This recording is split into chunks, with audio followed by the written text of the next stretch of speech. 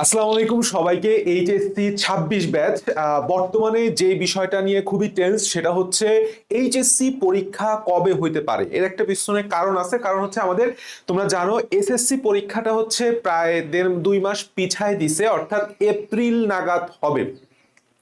তো আমাদের expected date ছিল হইতেছে, যদি আমি তোমাকে একটু সুন্দর করে বোঝায় বলি, যে আমি প্রায় 1 ঘন্টা ধরে অ্যানালাইসিস করলাম যে আমাদের আসলে এসএসসি পরীক্ষা কবে, আমাদের টেস্ট কবে এইচএসসির, আমাদের এইচএসসির যেই ফর্ম ফিল আপের ডেট দিছে, সামনে আবার নির্বাচন আছে, রোজা আছে, সব মিলে আমাদের এক্সপেক্টেড ডেটটা কি হইতে পারে, এক্সাক্ট ডেট সহ আমি ভিডিওতে তোমাদেরকে জানাবো ইনশাল্লাহ। এবং একই সাথে তোমাদের আসলে এখন করণীয় কি, এবং তোমাদের জন্য খুবই খুবই খুবই একটা বড় সড়ো গিফট আছে একদম ফ্রিতে এই ভিডিওর জাস্ট একটু শেষে একটু দেখো। আসসালামু আলাইকুম সবাইকে, আমি ইসমাম আহমেদ, বর্তমানে পড়ালেখা করছি স্যার সলিমুল্লাহ মেডিকেল কলেজে। এখন তুমি জাস্ট সব জায়গায় একটা কথা তোমার মনে আসতেছে বা সবাই বলতেছে, সেটা হচ্ছে এইচএসসি পরীক্ষা কি পিছাবে কিনা। কারণ কি, কারণ হচ্ছে আমাদের যে এসএসসি পরীক্ষাটা ছিল সেই এসএসসি পরীক্ষা পিছিয়ে গেছে, তাই না? পিছাইছে। এখন এই যে এসএসসি যেহেতু পিছাইছে, এসএসসির সাথে এইচএসসি এক্সামটা একটুখানি রিলেটেড। তার আগে আমি তোমাকে বলে রাখি, সেটা হচ্ছে আমাদের এইচএসসির যে টেস্ট পরীক্ষাটা সাধারণত জানুয়ারি মাসে ডেট দিয়ে দিছে, তাই না? জানুয়ারি মাসে ডেট দিয়ে দিছে অলরেডি। সাধারণত জানুয়ারি ফার্স্ট উইক থেকেই তোমার টেস্ট শুরু হবে।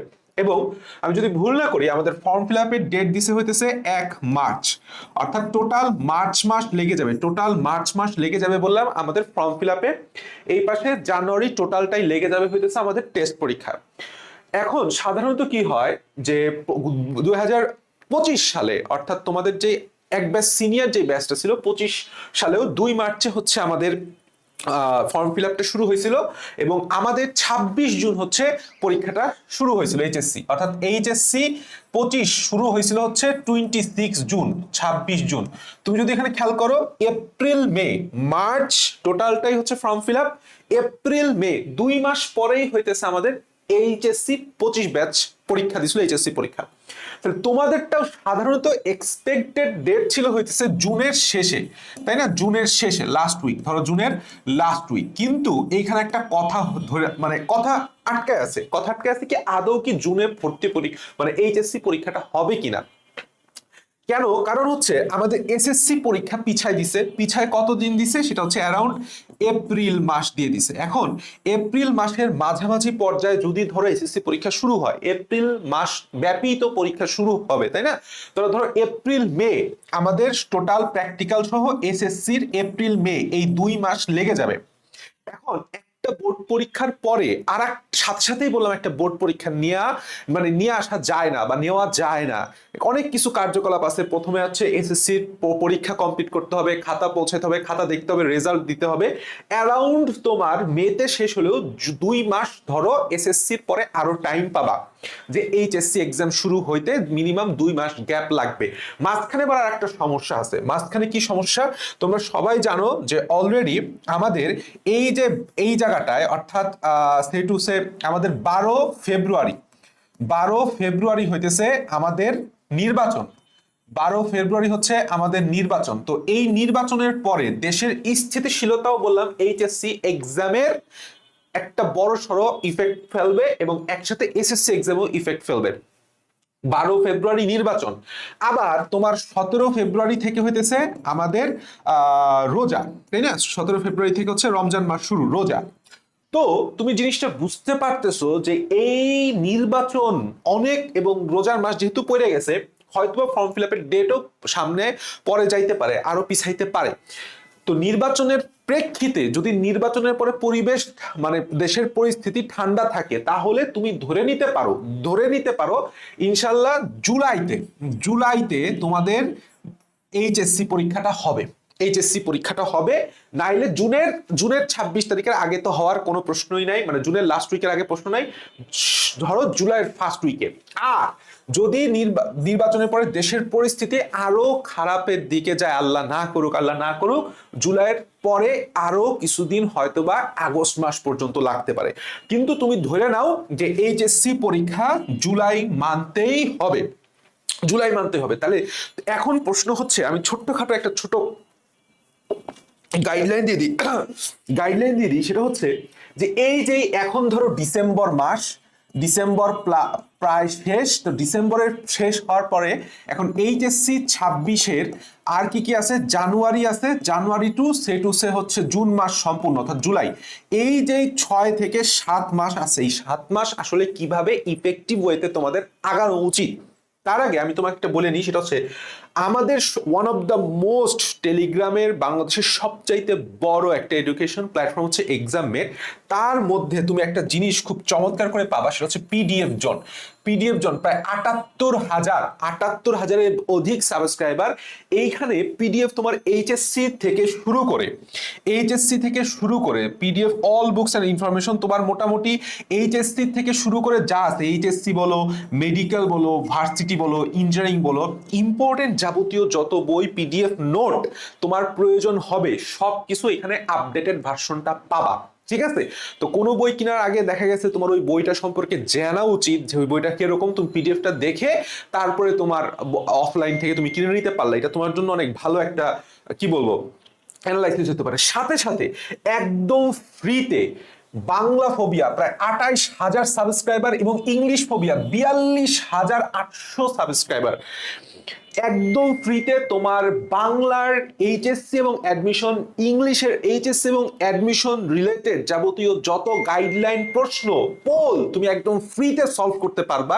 এটা যে তোমাকে কতটা বেশি হেল্প করবে ইন্টারমিডিয়েট লাইফ থেকে তুমি চিন্তাও করতে পারবে না। দেখো এইখানে তোমার প্রত্যেকটা কোশ্চেন পোল আকারে দেওয়া, ঠিক আছে, both HSC plus admission, poll আকারে দেওয়া।